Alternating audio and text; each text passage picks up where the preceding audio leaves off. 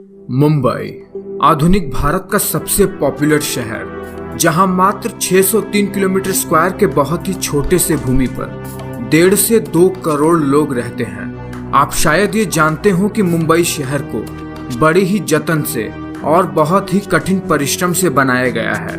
और जब मैं बोल रहा हूँ कि इस मुंबई शहर को बड़े ही जतन से बनाया गया है, तो मेरा मतलब केवल इस शहर की समृद्धि से ही नहीं, बल्कि मुंबई शहर जिस भूमि पर मौजूद है उस भूमि से भी है। जी हाँ दोस्तों, मुंबई शहर जिस भूमि पर आज बसा हुआ है, उस भूमि को मनुष्यों ने अपने पुरुषार्थ से भारत के मुख्य भूभाग से जोड़ा है। बिना समय गवाए मैं आपको पूरी बात बताता हूँ, और अगर आप ये बात नहीं जानते होंगे तो आप निश्चित ही ये जानकर रोमांचित हो उठेंगे।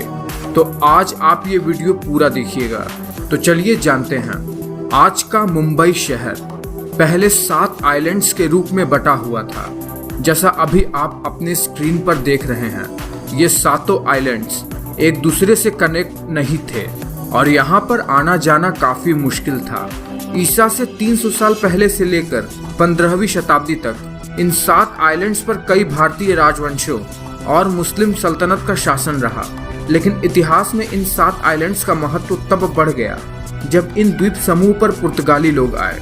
सन 1534 में पुर्तगालियों ने मुस्लिम शासक हुमायूं और सुल्तान बहादुर शाह के साथ ट्रीटी ऑफ बसायन साइन किया और ठाणे के पास इन 7 आइलैंड्स पर पुर्तगालियों ने अपना कब्जा जमा लिया। उस समय तक इन 7 आइलैंड्स पर इन्हीं मुस्लिम शासकों का शासन था। पुर्तगालियों ने यहाँ रोमन कैथोलिक ईसाई धर्म फैलाने का प्रयास किया और यहाँ कई चर्च बनवाए। पुर्तगाली लोग तो वैसे इन 7 आइलैंड्स के समूह को शुरुआत में कई नाम से बुलाया करते थे, लेकिन बाद में पुर्तगालियों ने इसे बॉम्बायम का नाम दिया और समय के साथ इन 7 आइलैंड्स का नाम भी पड़ा। इस आइलैंड का नाम पड़ा कोलाबा, इसका लिटिल कोलाबा, इसका वर्ली, इस आइलैंड का मचगांव, इस आइलैंड का परेल, इसका नाम बॉम्बे पड़ा और इस आइलैंड का नाम माहिम पड़ा।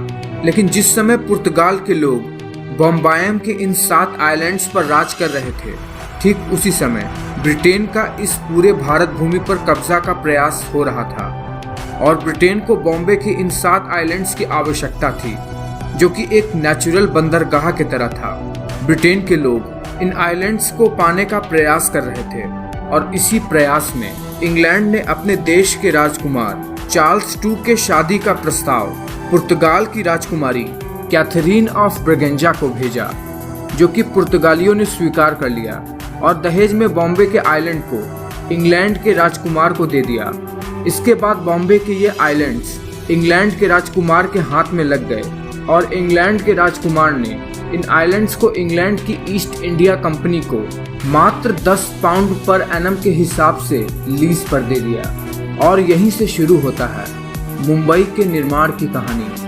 इंग्लैंड के हाथों बॉम्बे के इन आइलैंड के आते ही उन्होंने अपने कंपनी के हेडक्वार्टर को सूरत से बॉम्बे में शिफ्ट कर दिया और इतने बड़े कंपनी के हेडक्वार्टर यहाँ बनते ही यहाँ आर्थिक गतिविधियाँ भी शुरू हो गई और यहाँ पर जनसंख्या भी बहुत ही तेजी से बढ़ने लगी। जनसंख्या के इतने तेजी से बढ़ने के कारण ही कई प्राइवेट कंपनी और सरकारी कंपनियों को फैक्ट्रीज और ऑफिसेज खोलने के लिए जमीन की कमी होने लगी और जमीन की इसी कमी को पूरा करने के लिए इंग्लैंड के गवर्नमेंट ने बॉम्बे के इन 7 आइलैंड को जोड़ने की योजना बनाई।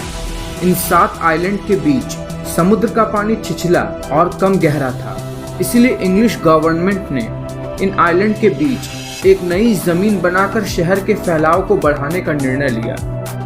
विज्ञान और इंजीनियरिंग की भाषा में इसे लैंड रिक्लेमेशन कहते हैं।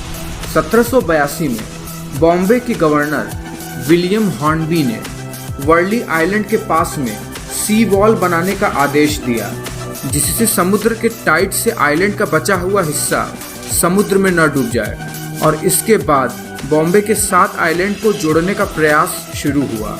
इन 7 आइलैंड्स के बीच दरारों और समुद्र में खाली जगहों को पत्थरों और कुछ ठोस मटेरियल से भरा गया। सबसे पहले ठोस चट्टान की लेयर समुद्र के नीचे बिछाई गई, फिर सीमेंट की लेयर और उसके ऊपर मिट्टी की लेयर बिछाई गई। इस प्रोजेक्ट को हॉर्नबी वेलार्ड प्रोजेक्ट के नाम से जाना जाता है।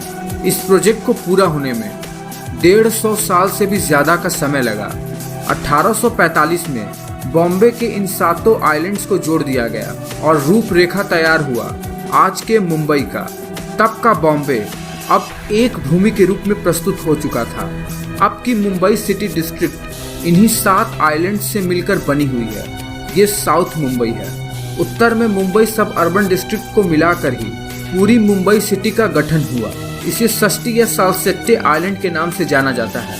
1995 में बॉम्बे का नाम बदलकर मुंबई कर दिया गया और आज ये दक्षिण एशिया की सबसे बड़ी आर्थिक केंद्र है। फिलहाल आप मुझे नीचे कमेंट करके बताइए, क्या आप कभी मुंबई गए हैं? और अगर आप मुंबई गए हैं तो क्या आप पहले से ही इन 7 आइलैंड्स के बारे में जानते थे? अगर ये वीडियो आपको पसंद आया हो तो वीडियो को लाइक करें और चैनल को सब्सक्राइब करना ना भूलें।